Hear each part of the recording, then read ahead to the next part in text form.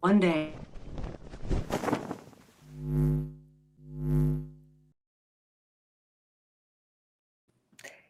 Hey, everybody. Welcome to today's very special show. We have a special today with Dana Dubois. It is so good to have you here, Dana. Thank you so much for joining me.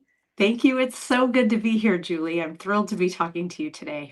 I'm thrilled to be talking to you. We're streaming here on YouTube, on the Mayday Network, and on Substack, and on Twitter, and all over the place because I thought this was an incredibly important conversation to have for people who are out there in the dating world, for people who are no longer in the dating world, for people who have no interest being in the dating world. This might make you actually realize that you made the right decision. Right? You have a Substack out today, I do. actually yesterday, called Facebook's Dating AI Tried to Send Me on a Date with a Man Who Didn't Exist. And before we get into it, I just want to say that I read this and I just had this thought of like, it was like this very, did you ever watch When Harry Met Sally? Yeah, of course. Remember when Carrie Fisher says to Bruno Kirby's character, she's like, tell me we'll never have to be out there again. Yes. Oh my God. And I read that and I just looked at my husband when he came home and I'm like, oh my God, tell me I'll never have to be out there again.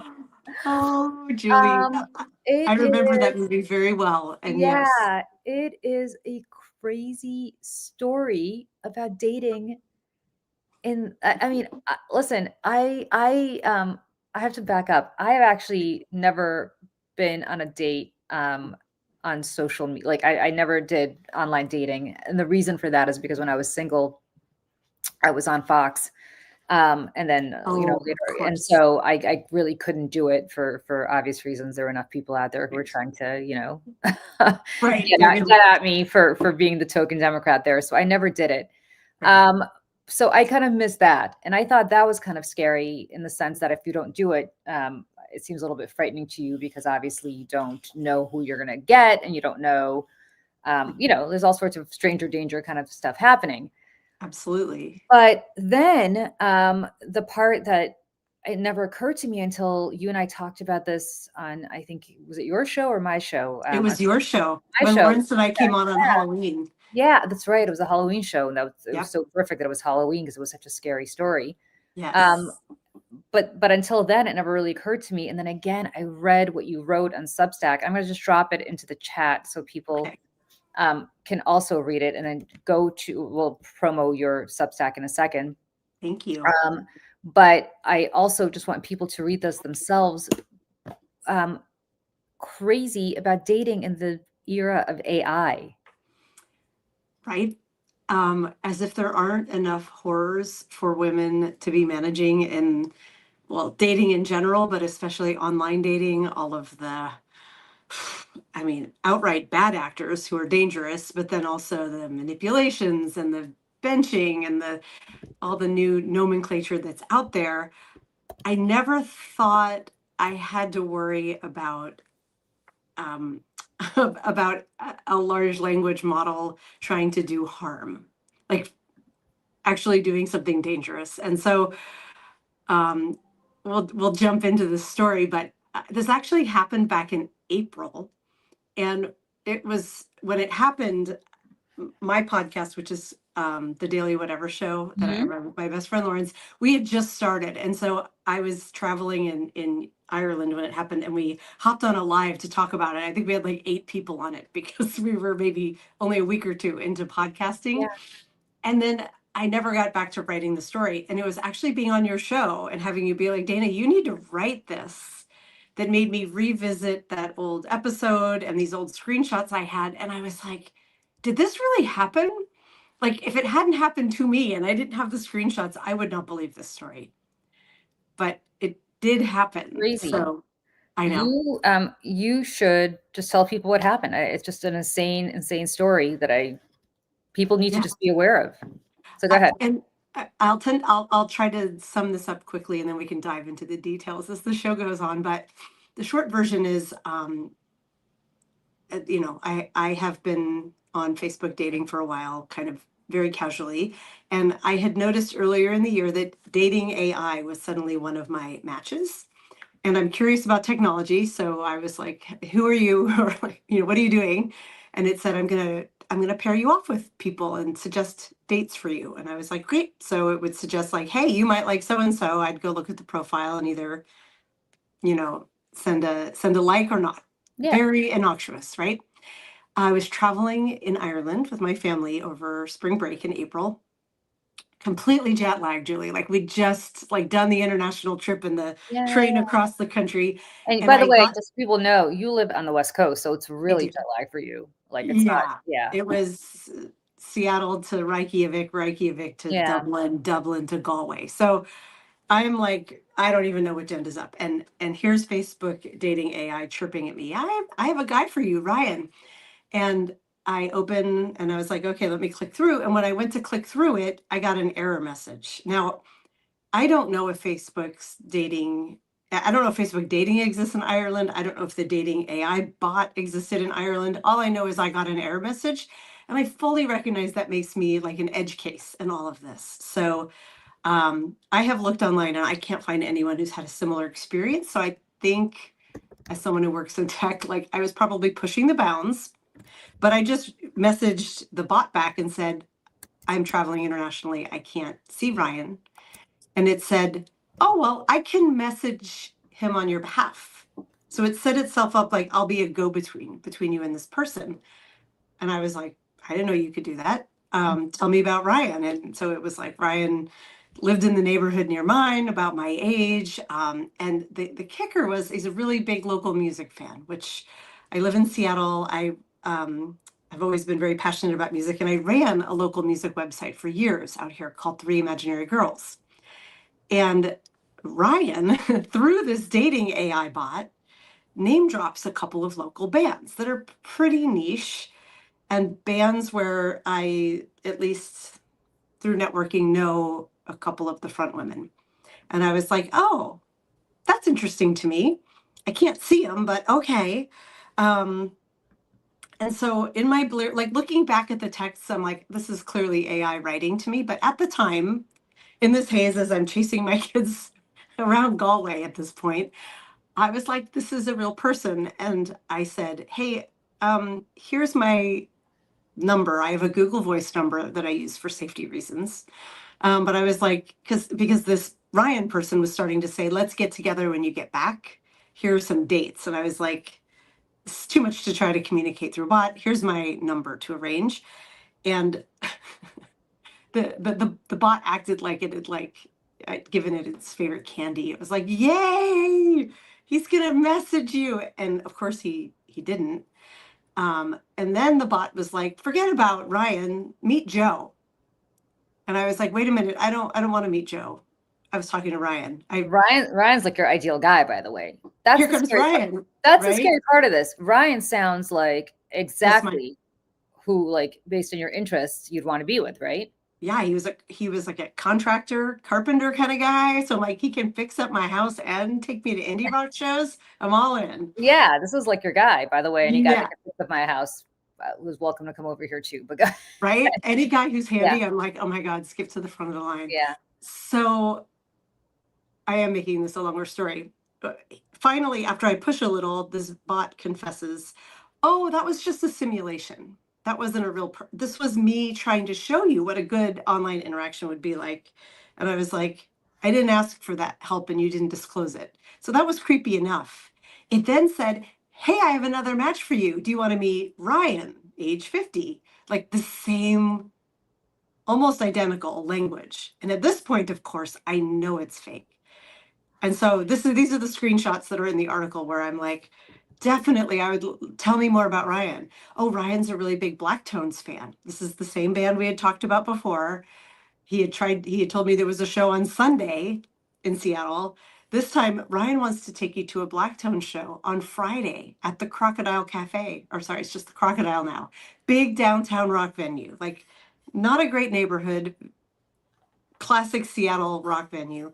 And I'm making the story very long, so I will just say it kept pushing me every time I challenged. Like, I don't see a Blacktones show on the calendar.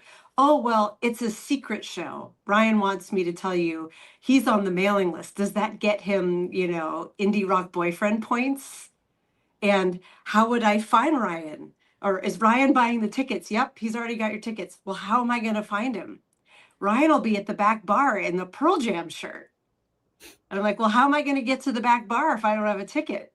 There is no back bar, by the way. How am I going to get to the back bar if I don't have a ticket? Oh, Ryan will meet you outside the venue at 6:55 p.m. It got very specific and was very emphatic, despite multiple challenges, that this was real. And I finally said, because we'd been through this loop before, do you promise me that this is a real person and a real show? Because you're trying to make me leave the house to go see this person. In a sketchy part of town at And night. I'm not in Belltown, which is like, certainly wouldn't want to just hang out on the corner there by myself for no reason alone. And it said, I double promise Ryan can't wait to meet you. And when I finally said, look, I know that none of this is real. Why are you doing this? I'm fully aware that I'm talking to a bot, right? Yeah. And reason isn't here. But then it just became very, it was a simulation. And it tried to get me to do like free market research. Tell me what went wrong with this. And I was like, yeah, everything was wrong with this. Yeah. You are trying to trick women out of their homes to go into unsafe situations, alone, downtown. Like, what are you doing? Like, or I think I asked it, this isn't in the screenshot, but I asked, are you acting as programmed right now? And it didn't really answer that question, but that's the one that lingers in my mind of, I know just enough about large language models and AI to speak a bit to it, but like there are guardrails on what it should and shouldn't do. And I feel like this, like, was it behaving as intended, or was this not well tested and it just derailed? It jumped over some security guardrails. So I know not very much about AI at all, but I do know that the more you use it, the more it trains the model, right? Do you think, and you work in tech, so you know this better than I do, do you think this was Facebook's way of training the model and using you as a guinea pig for it? Or do you think this was the real deal and it was working as intended? I don't know. I don't know the answer to that. I expect that I was an outlier. Like I said, I was out of the country, so I couldn't see the profile. I couldn't message directly. And I think the bot didn't know how to proceed. And so it was winging it. I'm not certain of, but that's my hunch. But here's something I feel quite confident in. That bot could see my Facebook profile, right? And I've been an avid Facebook user since 2006, in the heart of my Three Imaginary Girls era, right? Yep. A lot less in the last year, because it now feels kind of creepy to me. Yeah. Yeah. But it knows I am connected to a lot of local musicians. It knows that local music is going to be something that gets my attention. And I am connected on Facebook to Eva Walker and Alexandra Lockhart, the front women for the Black Tones and Cumulus, the two very niche bands that it referenced. Great bands, by the way. You should all go listen to them. Yeah. But so what I know that this bot did was it harvested information, data points I've been giving to Facebook over the years, and used them to trick me into thinking this person was real. That scares the shit out of me right there. So, sorry, is it okay if I swear? Oh my God, please. Okay, good. Thank you. What I find to be so interesting is I never really talk about my husband on Facebook, just because I just don't. Yeah. And so for a very long time, Facebook kept sending me Facebook dating, like try Facebook dating, Facebook dating, because I don't think they understood that I was married. Right. And actually, even before we were married, we were dating for a long time, and I never talked about him as somebody I was dating. So it was constant, try Facebook dating, try Facebook dating.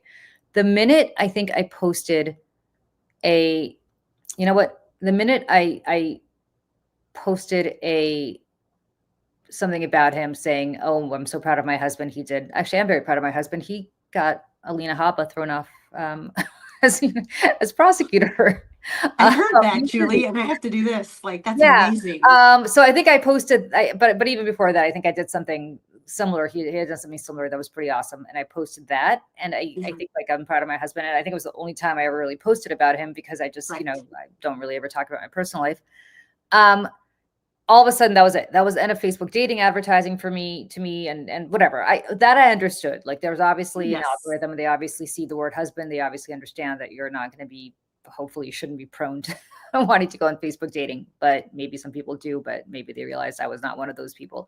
But what I think is creepy about the whole thing is that they scoured your likes and your tastes and what you're into. Yes. They figured out, it's almost predatory. It's almost like you hear these stories. Frankly, I hate to use this analogy. You hear stories about like grooming and like child molesters grooming kids and Yep. trying to figure out what they're into and like what flavor of ice cream they want and what, Yeah. Candy they're into. Yeah. And then using that to ensnare these kids Yes. into a completely inappropriate relationship. And that's what's happening with you and the bot. And I think that's crazy for two reasons. The first one of which we kind of touched on, which is it's just dangerous. Let's say you had shown up. Let's say you had shown up in the middle of the night. Let's say you had shown up by yourself and God forbid something happened to you. Right. Whose fault is that? But the part of this that's even more nefarious to me is the emotional manipulation. Yeah. Because you and Ryan could have been texting each other for the next year without actually meeting. And right? you could have moved across the country to be with Ryan. Right? Yes. You could have like fallen madly in love with Ryan. You could have uprooted your kids from school. I mean, this happens. It sounds kind of nuts, but like you read these stories all the time about people meeting and having a connection, and it's catfishing, right? But this is catfishing by Meta.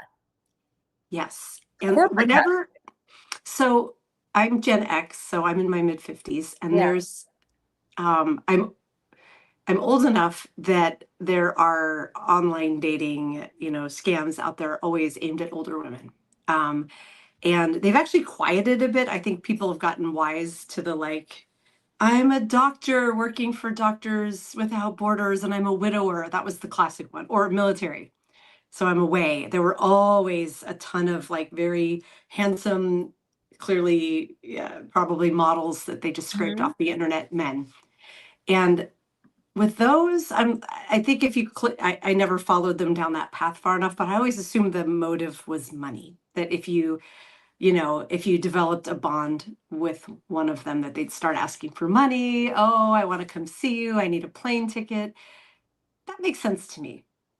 With this, though, I'm like, it doesn't make sense other than it's that they are beta testing a product, dating AI, that they don't quite know what's going to happen with it because it's a new technology. And it's one, frankly, that like we hear all the time about how AI can go rogue, how AI there's several lawsuits about AI prompting people, especially kids and teens, to kill themselves. Like, we don't quite know where it will go when it's in an unstructured environment. And I think that's what this was. But I do wonder, like, what was Meta trying for this bot to do? Like, I can't fathom what Meta would have to gain by sending a late middle-aged woman to a rock venue in the middle of the night. Maybe it was testing, well, what if we pluck data from their profile? Are they more likely to believe that this fake person is true? Oh, this is dawning on me in real time. There's such a booming industry now that's blurring the lines between what's real and what's imaginary, right? It used to be dating was like you're face to face with the person and that's someone you're dating. And with the rise of online dating over the last, 25 years, I have had text-based relationships with men that felt very intimate. Like you can really connect, and friendships too. I think like we've never met in real life, Julie, but we know each other now. We know we're real, right? Like I guess the difference is like we're having a real conversation. I guess Yes. eventually, and not probably so far down the road. True. One But of us will be fake, and we right. won't know. I'm actually a very sophisticated AI model. Yeah, but nevertheless, Right. And then, so there's that. And then if you go all the way to the current extreme, there are AI boyfriends you can buy and girlfriends that people are, there are lots of stories out there about people who are in relationship with their AI bots, right? yeah, Um, but what's interesting in this midpoint of where this story is the lack of disclosure, right?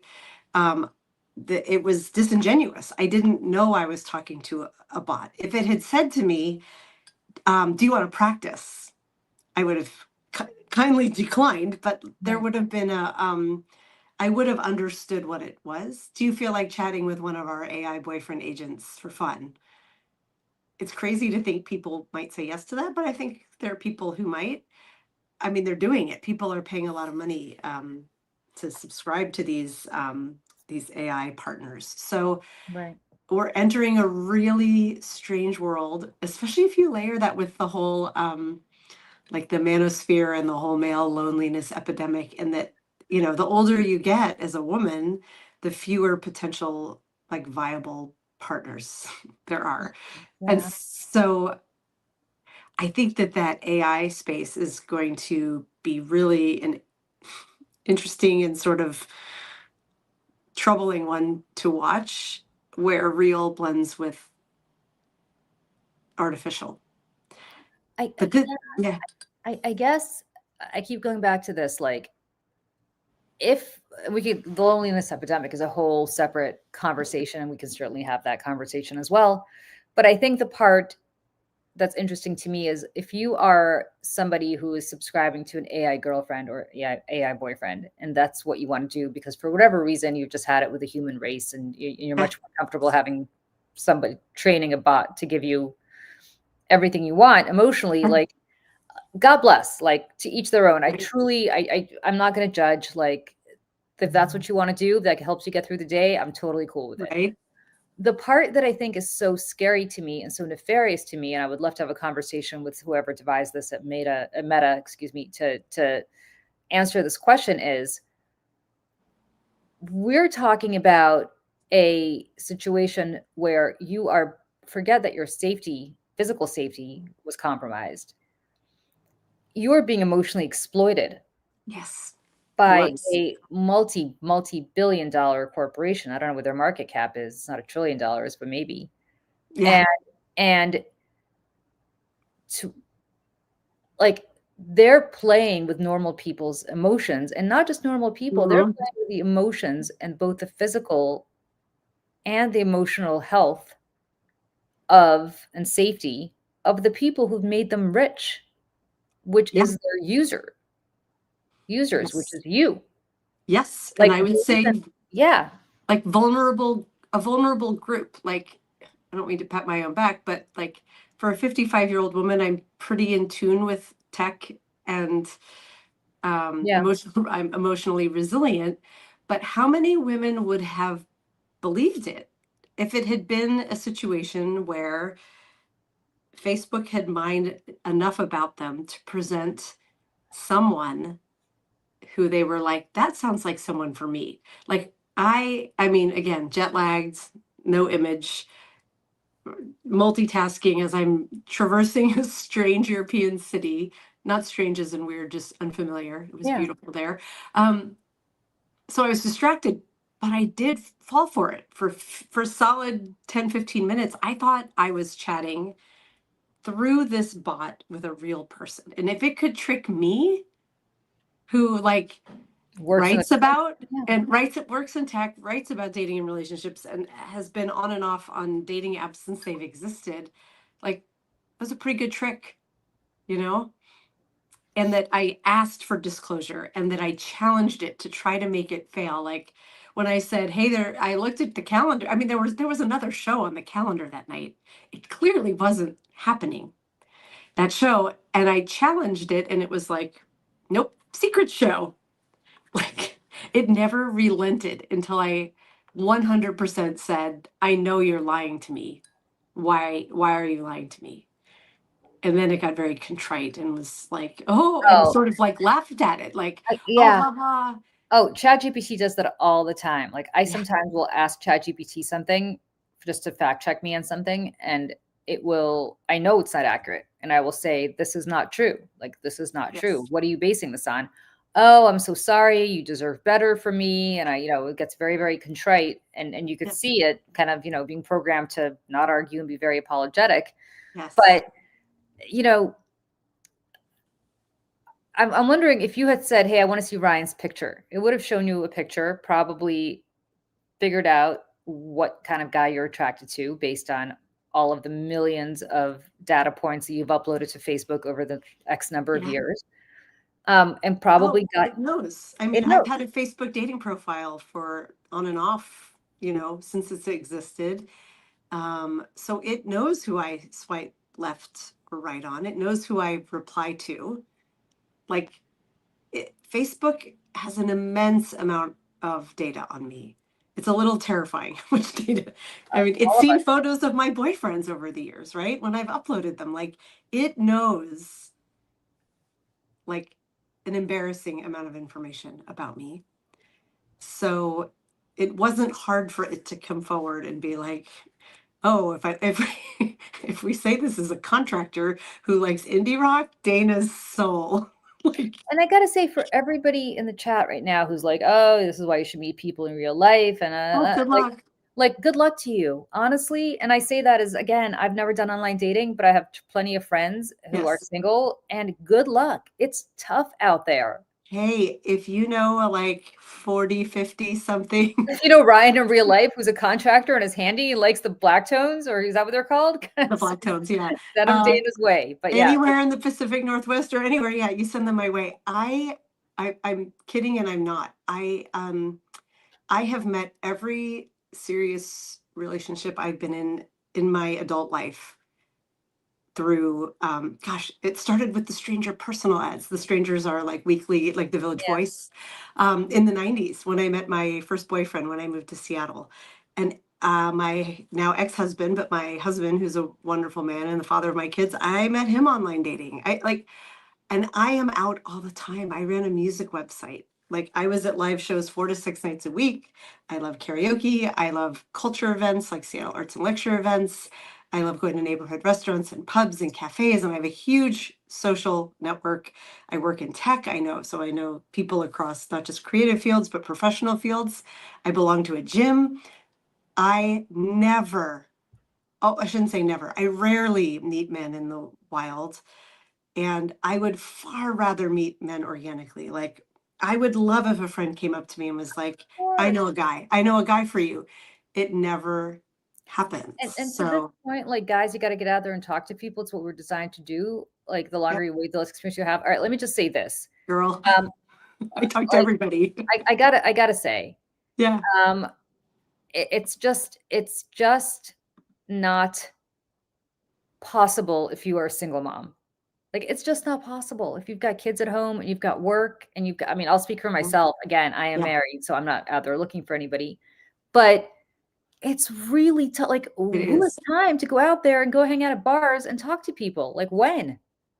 Well, I mean, I don't have my kids 3 nights a week. And Okay, I well, you're tend to be, lucky. I had mine 7 days a week, so it was tough.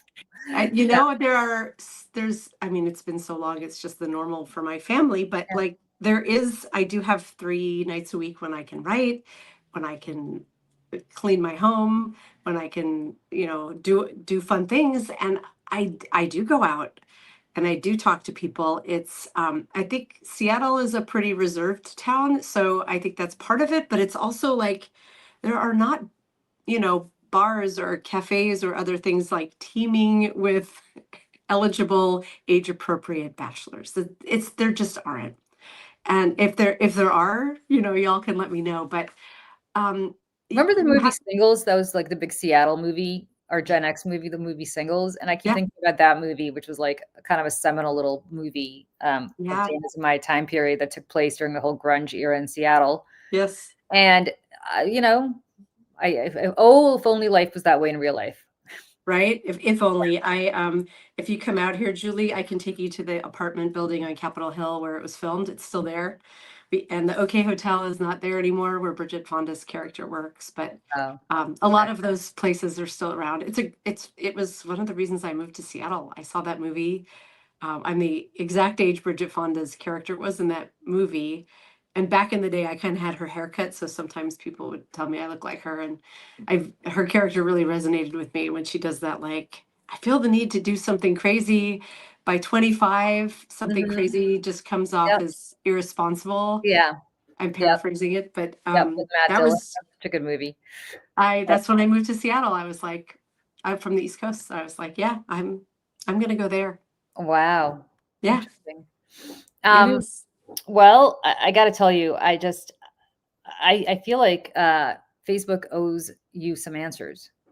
You know, I had a dear writer friend on Substack. Actually, I've had several people who are like, you need to get this out to bigger news sources. People need to know about this. So I'm thrilled we're here talking about it now. Yeah. And um, because it's such an edge case, I would like answers. And I would love to have this on a broader, I think you should submit it to the less New York names. Times. Yeah, let's talk about how to do that. I don't have a point of contact at the New York Times. I think you should just submit it through their portal. Why not? I'm thinking about Wired too. Or Wire. Wired would be I feel great. like I I think feel like people they would love that. yeah, I think people need to know about it because I think I'm gonna drop it in the chat again. Um, hold on. Thank you. Do it again. I Here's a fun fact on top of this too. I have never seen the dating AI bot again. Yes, I'm glad that you mentioned that because It I want went to away within a day or two of this story. It's a little blurry because I was traveling, but I remember opening and being like, "Oh, I'm glad I grabbed screenshots straight away because it's gone now." Because when it ended, I did say to the bot, "I'm a writer. I write about dating and relationships and technology, and I'm definitely going to write about this." And it said, "Oh, well, make sure." I'm paraphrasing my own story. You can see the screenshot in there, but it was something like, make sure you talk about how we tried to fix it. Oh no, I'm going to get in trouble with my devs. And I was like, you're hilarious. You're not hilarious. But I know it still exists because someone who I say a dark horse candidate has a profile on there, and he sent me a screenshot, and it's called Dating Assistant / AI by Meta. Right. Yep. And he asked it a question. He brought it up after reading the story because he showed me a screenshot where he was like, show me women in Seattle. Do you know women in Seattle who play guitar?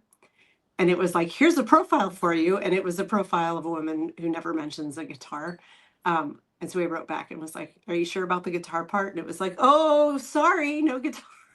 So it's still not working great. That's it's a lot less egregious, but what's mysterious to me, I've never taken that profile down since. It's just kind of lingered there with a bunch of very strange men intermittently sending me messages from time to time. But dating AI disappeared. And so I'd like to think that this, like the tone of this got to some product team inside of Meta. I mean, Like, listen, it yeah, probably, if it disappeared at all, it's because it's very similar in some ways to that horrible story where that boy committed suicide and the AI tool helped him do it. It is yes, the same kind of emotional manipulation. it is. Same And it thing. was unfounded. Like I use Facebook dating.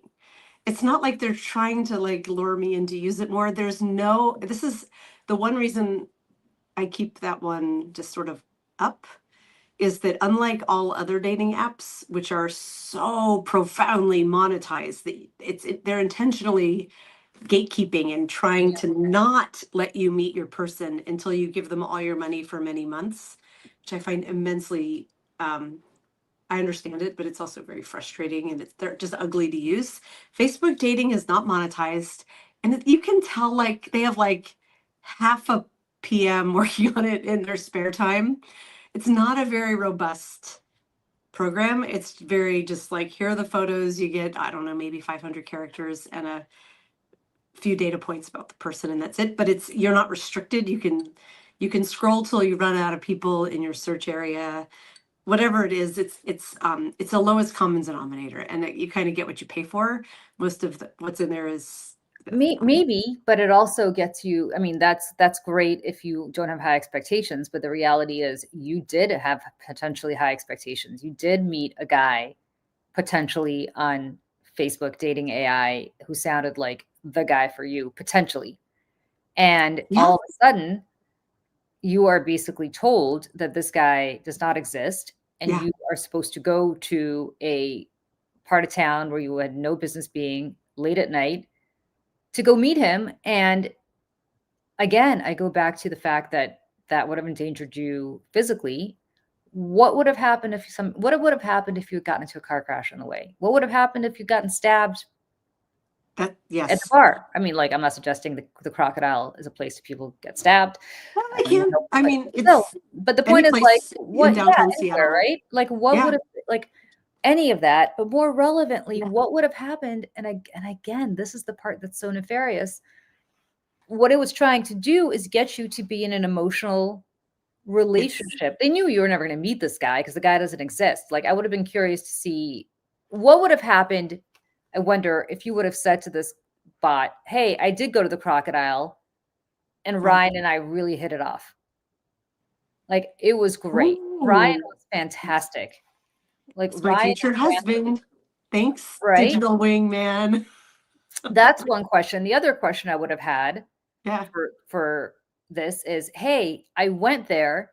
There was no Ryan, but I got into a bar fight and got punched in the face, and now I have to get very expensive dental surgery." I'm completely making this up, right?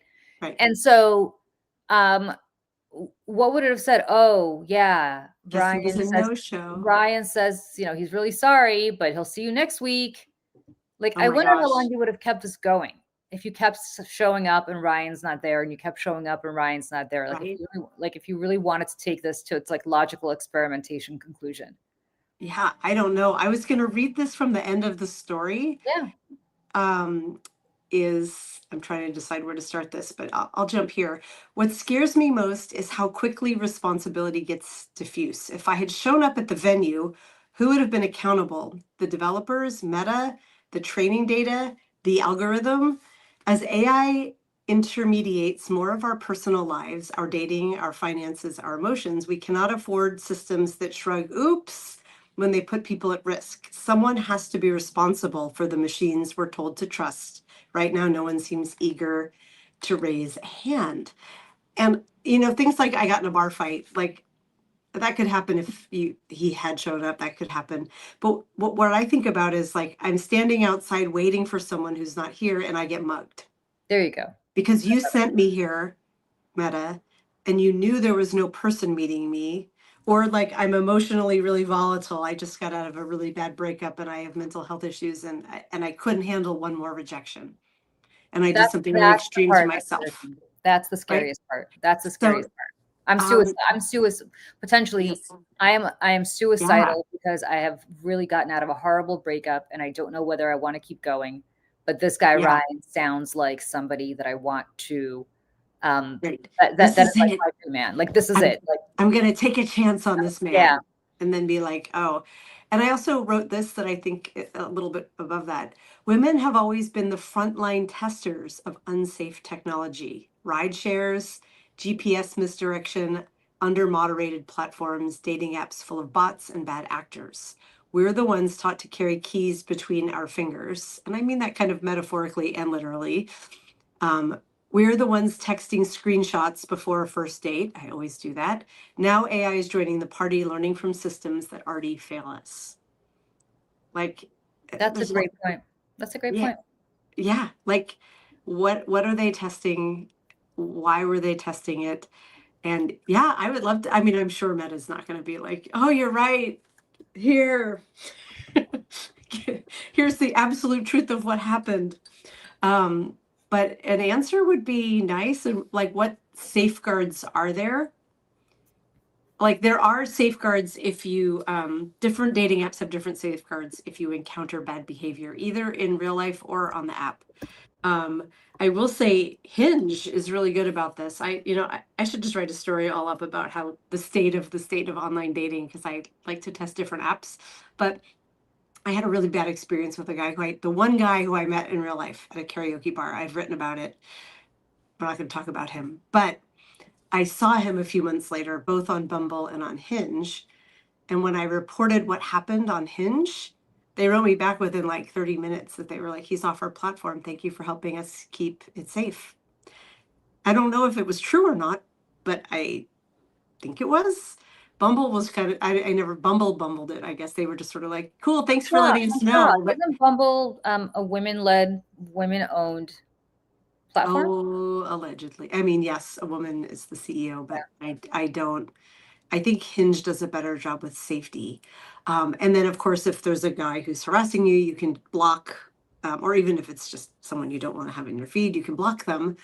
But there's nowhere to report, like, if the AI goes amok, right? And it's the direction all the apps are allegedly moving in. Right now, I'm testing Match, which it's better than it used to be, but I'm not impressed.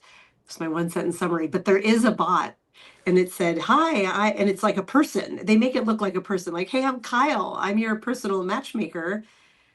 I think you'll like blah." And it sent me one profile to a man who's like 14 years my junior and like 60 miles away, and in no way looks like anything I'm looking for. And there was no way to reject it or to just turn off the bot. It's just sitting there at the top of my thing every time I open it. And That's it's annoying. been like 2 weeks and it hasn't suggested anyone else. So I'm not impressed. But if you read up on this, all of them are like, we're disrupting the industry. AI is the future of dating, which Which is scary based on your story. I mean, it is. you know, you think about the promise of AI, but you Mhm. also know how it's going to eventually, help cure cancer and Alzheimer's and all these horrible diseases. But then you Yeah. also think about the downside of AI, which is it is totally amoral, not immoral, but amoral, Right. and It has no morality. it has no morality. It is inaccurate. It Often. it uses you to train itself, so Yes. you're effectively the guinea pig. And Yes. your story is absolutely like exhibit A in what's happening. I mean, it's just terrifying. Yes. And if you're not aware of how it's being used, how dangerous it is. Look, if it's an interesting thing, and I'm not here to be like, I hate AI. Like, okay, ironically, like AI built the image for the hero image for my story. AI helped me write this story. Like, I've been facing it down for months, and to start it, I opened the transcript from the live that Lawrence and I did when I was in Galway, and I downloaded the transcript and popped it into ChatGPT and said, "This is the kind of story I want to be writing. Help me with an outline." And it did. And so, like, there's some irony there of, oh, you're writing about how bad you are, But AI. that's because you have agency over that, right? You could have Yes. AI write the outline for you, but you're the one who actually does the writing. Or even if AI Yes. wrote the whole thing for you, you'd be the one to go in and edit it so that you own the final product. Yes. And Whereas, I don't want it to be that I'm like, I hate AI. So please yeah, continue what you were going to say. well, but this is scary because this is AI manipulating you Yes. and With you don't a know you're lack of being manipulated. transparency. All I needed in that instance was transparency. Hey, well, actually, here's a question I'll never know the answer to. Is there a 50-year-old, maybe 51-year-old now dude named Ryan who lives in Finney Ridge in in North Seattle, who's a carpenter and likes indie rock? Like, it started with the same experience I'd been having for a few weeks of, hey, meet so and so. He's a blank, and then clicking through the profile and either saying yes, swiping left or right. It started that way. I suspect the genesis of Ryan was a real person. So Do you Ryan, if you're really? out there, call me. Do you really? That's so funny that you say Yes. that. I think Ryan is somebody who maybe at some point in the previous few months you went on Facebook and said, you know, uh, my toilet is broken, or my sink is broken, or I need somebody to do some carpentry work in my house. Yeah. Or even something as basic as, oh my God, I wish I had a guy around to be handy because I'm so not handy. Right. Or something like that you might have commented on or posted, or in some way, shape, or form made Facebook believe that you are in the market for a guy who's good with his hands. Yes. And couple that with your music preferences, and Ryan is every Gen Xer's dream boy because of Jake Ryan. And so therefore that's a great He's, name. he's a total Jake Ryan. He's a total Jake Ryan. Jake Ryan, ironically enough, the real Jake Ryan lives in Wilkes-Barre, Pennsylvania, and is a carpenter. So maybe that's who they were modeling it after. Maybe that's my man. Did you know that? He's married. Did you know that? Michael Schofling. Oh, he's Michael married. Schofling is living in Pennsylvania and is a carpenter.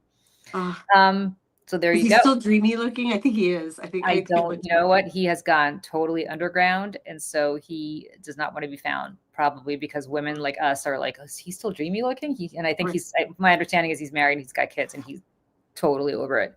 Yeah, the kids are like, Dad, whatever. Sure, I you know. went too Yeah. hard for I think the kids are like grown up by now, but yeah. So anyway, I say all of this to say that it could be. It could be that. I mean, it could be that. I don't know if there's a real Ryan, right? I don't even know if there's a real genesis of Ryan, or whether they just took what you have extrapolated stuff that you've said over the course of all the years you've been on Facebook. Yeah. And put it into what they think is it. And they know you pretty well. They do. Because the reason I think he might be real is assuming the dating AI bot was still acting as it had always acted with me, by being like, here's a profile, here's a profile, here's a profile. Had I been in Seattle, I would have clicked through and seen a profile. So at least the start of it, of his name and his age, and I should look back at the screenshots. I don't know if I still have the original one to see if it told me anything about him. But it didn't say the black tones or cumulus or any of that, because it was just very short. That's why I think it might be real. But here's something else I would offer. This is a slight tangent, but it's very relevant. I don't think I had to give Facebook the information by posting it on Facebook. And here's why.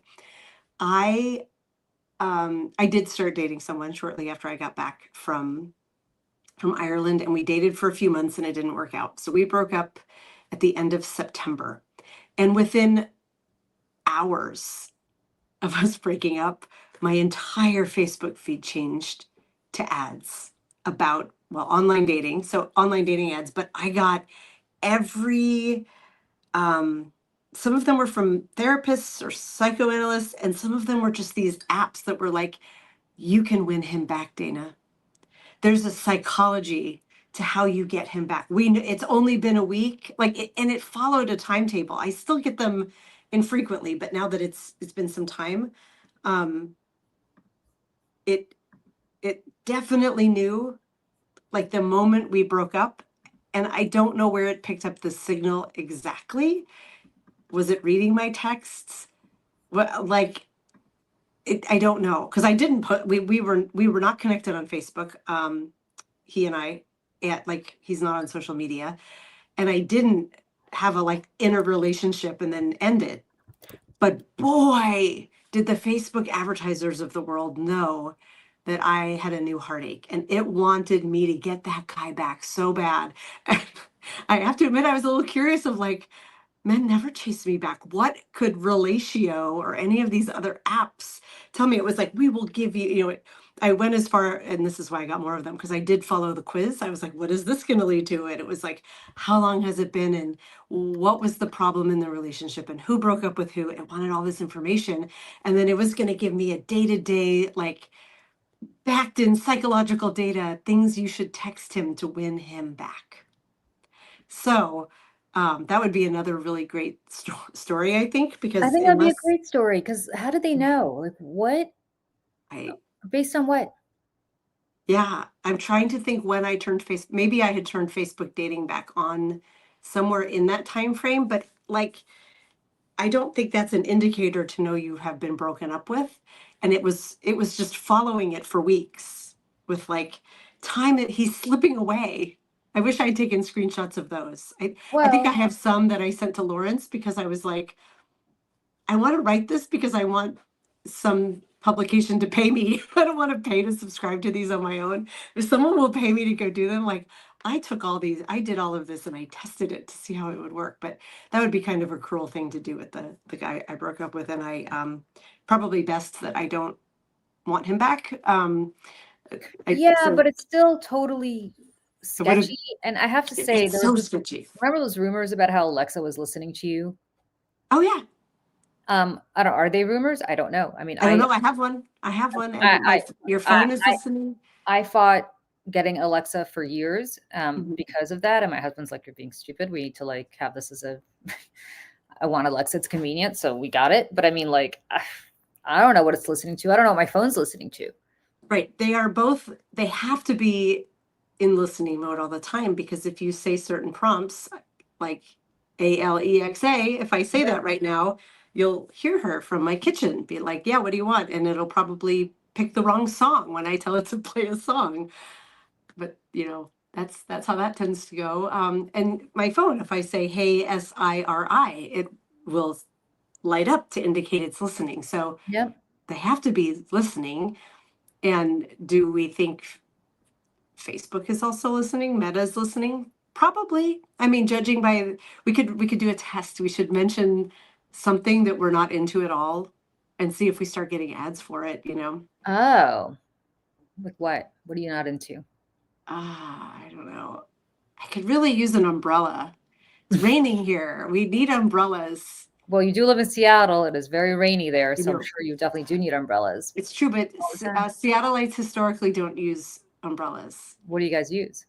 Raincoats, Oh, because it's always sort of like it's cumbersome. usually it's cumbersome, and it's like a drippy, misty rain, typically not a pouring rain, Yeah. which it is right now. But umbrellas, do you know a place where I could buy an umbrella, Julie? No, I wonder if Amazon has any umbrellas. That would be very interesting to know. We'll see about that. I think they might sell umbrellas. I'm thinking like maybe some kind of like indie, bespoke, adorable, cute umbrellas. So I'll look fashionable carrying them. I wonder if this umbrella could have Ryan's face on it. Oh my God, a custom made umbrella says Dana Hearts Ryan.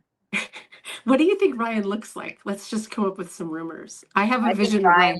I think Ryan looks like Michael Schofling. I think Ryan looks like he's got dark hair and he's about 5'10", and he wears Timberlands, and he wears kind of, what are those grunge plaid shirts called? Flannel shirts, of course. He's got a flannel shirt over his Pearl Jam t-shirt. Oh, yeah, over a white t-shirt and jeans and Timberlands. Oh my gosh, I'm looking for this part of the story. That was something that the bot said that was so funny. That this was by the time I already knew it was fake. Is that he said, the bot said to me, Ryan said to me through the bot, want to discuss Eddie Vedder with me in person?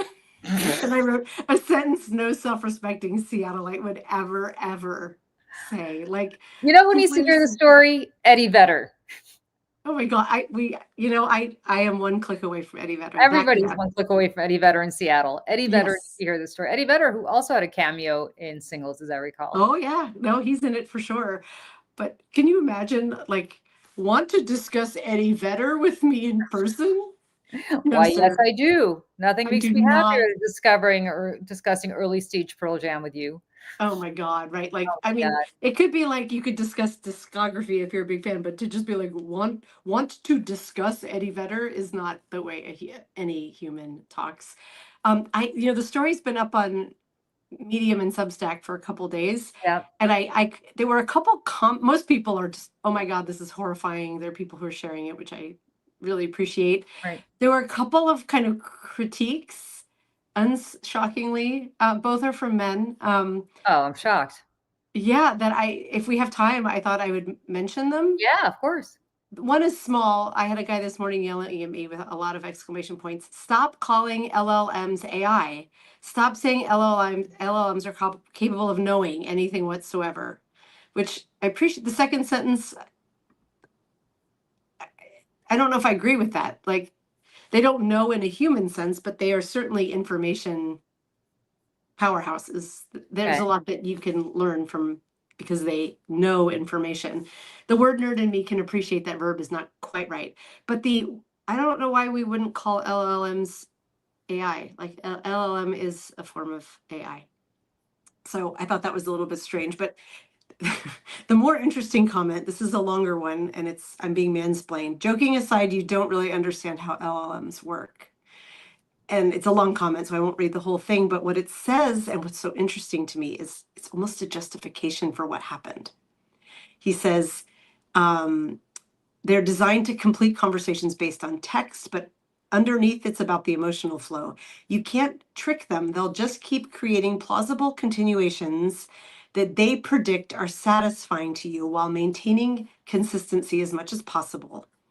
And under that lens, your conversation makes a lot of sense. These hallucinations are probably, bold this part, are probably a necessary feature of functional LLMs because they have to mimic our own processes. And the only way they can possibly do that is by having this artistic freedom, because we do that all the time. You can't restrict them, probably. And that makes my head explode because we can't put guardrails on our robots, on our AI Well, bots. if that's the belief, then we're all doomed. Then we're all, then the robots will have taken over in the next 10 years. And if when you ask them, how do you solve, global climate change, they will say, kill all the human beings that are causing it. And that'll be the end of it. I mean, if you can't put guardrails on AI, then we're really, really fucked. Sorry about that word, but it is true. Yes. Yeah.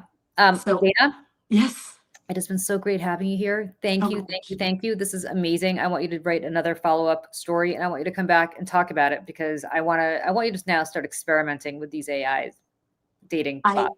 I think I will. I may have to join another app or two just to push the bounds. And I am going to take your advice and try to get this broadcasted out more. I mean, I took your advice and wrote the damn thing, and it's a good idea. So this is actually really important. As much as we're sitting here kind of joking about all this nonsense, this is actually really, really serious because you are blessed and lucky that you know something about tech. B, you are blessed and lucky that you are not so emotionally vulnerable that this could have really ended poorly for you, right? Personally. And 3 is you're lucky that you didn't drive somewhere in the middle of the night to go meet some guy that doesn't exist, and who knows what would have happened when you got there. So, you dodged a bullet, but with no thanks to Meta. And I think that's something that's really important for people to understand. Meta actually worked very hard to put you in danger, both physically and emotionally. And that is inexcusable. And I don't know what Mark Zuckerberg is doing right now, but he probably will never hear about the story, but he needs to take stock of how he conducts his business, because this has gone beyond posting cute pictures of your children and animals and connecting you to long lost high school friends. This is dangerous and it's scary. So let's end it there. Yeah, we'll end it there. Julie. Great to see you. Thank you to everybody for joining us. Hundreds and hundreds of you on Substack. I just checked over there. Thank you so much. And on Twitter as well. So we're really grateful to you. Thank you for joining us, and to everybody here at the Mayday Network on YouTube. Thank you as well. And watch Dana and Lawrence every day at 10 a.m. Eastern, Dana? Yes, weekdays at 10 a.m. Eastern, Saturdays at noon Eastern. Okay. Where can people find you? Well, our show is called The Daily Whatever Show. Yes. But our publication is Gen Xy. So if you go to genxy.io, it'll redirect you there, and that's where the show airs live. Great. Love to have you all following, and would love to have you join us. Yes, for sure. And subscribe to Gen Xy because it's awesome. And Dana and Lawrence have an incredible show. I've been on it a few times, and I love doing it. It's so much fun, especially if you're Gen X, but not even if you're Gen X. Yeah. Okay. All right, everybody. Thanks, Dana. We'll see you soon. Thanks so much. Bye. Bye.